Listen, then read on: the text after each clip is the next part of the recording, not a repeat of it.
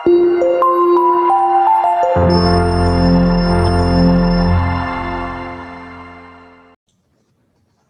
warahmatullahi wabarakatuh. Perkenalkan, nama saya Krisna Rizky Pratama, Fakultas Ilmu Komunikasi, Manajemen Komunikasi, NPM 10080015337. Di sini saya akan mempresentasikan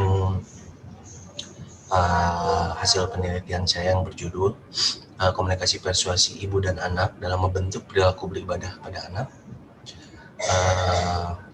Ditujukan untuk sidang spesial. Ya, langsung saja.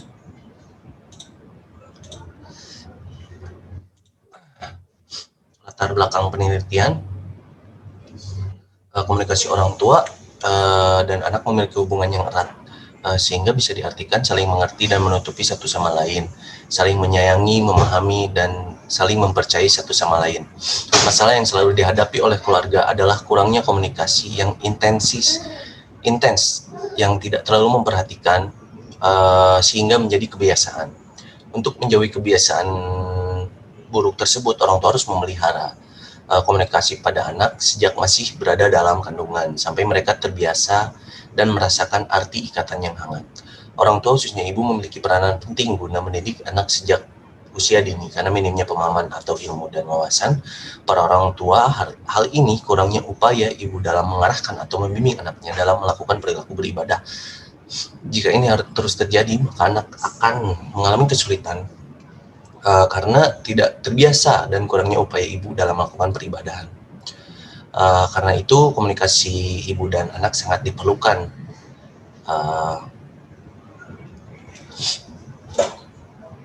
Rumusan masalah yaitu bagaimana proses komunikasi persuasi ibu dan anak dalam membentuk perilaku beribadah pada anak. Ini adalah kajian teoritis saya, ada pengertian komunikasi, komunikasi persuasif, tujuan komunikasi persuasif, dan komunikasi antar pribadi. Penelitian sejenis, terdapat 2 penelitian sejenis, yaitu dari penelitian Nur Afni tahun 2017 dan yang kedua ada Lutfiah tahun 2019. Keduanya terkait dengan komunikasi persuasif dalam membentuk perilaku beribadah pada anak.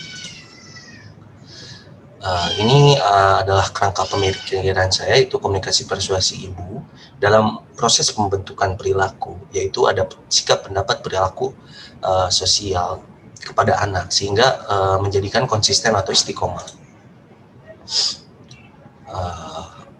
Penelitian saya memakai kualitatif dengan pendekatan studi kasus. Subjek penelitian saya itu menggunakan purpose sampel dengan key informannya, yaitu ibu-ibu di Perumnaka Residensi Garut. Pengumpulan datanya dengan wawancara mendalam, observasi, dan juga studi kepustakaan. Analisis data, pengumpulan data, verifikasi, penarik kesimpulan, dan keabsahan datanya memakai triangulasi sumber. Pembahasan saya yaitu proses komunikasi persuasi ibu, upaya ibu, faktor pendukung dan juga penghambat, dan juga alasan ibu menggunakan pendekatan komunikasi persuasi. Proses komunikasi persuasi, orang tua itu lebih tertarik dengan ajakan. Sejauh ini proses komunikasi ibu dan anak di Perumnaka berjalan dengan baik. Para ibu di Perumnaka juga sering sharing gitu antar tetangganya untuk menjalin komunikasi yang baik dan mengenal lebih dalam gitu, untuk menambah pengetahuan dan juga wawasan pemahaman beribadah dan hubungan mereka lebih erat.